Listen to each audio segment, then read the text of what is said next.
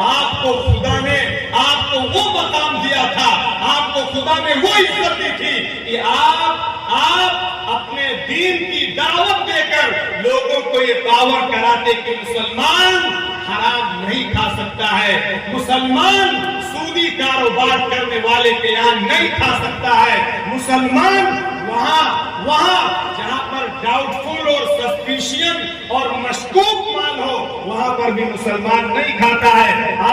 آپ کوئی عذر کر دیجئے, آپ کوئی بہانہ کر دیجئے, لیکن اپنا روزہ تو نہ خراب کیجئے.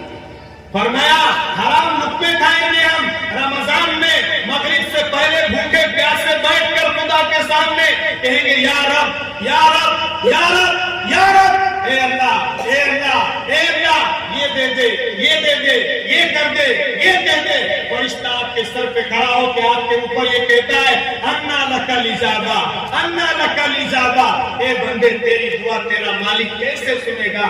تو بھوکا رہا, تو پیاسا رہا اپنے اللہ کے لیے, لیکن تیرے بدن پہ جو کپڑے ہیں وہ حرام کمائی کے ہیں, تیری رگوں میں جو خون دوڑ رہا ہے وہ حرام کمائی کا ہے. اے بندے تیری دعا تیرے سر کے اوپر نہیں اٹھنے چاہیے.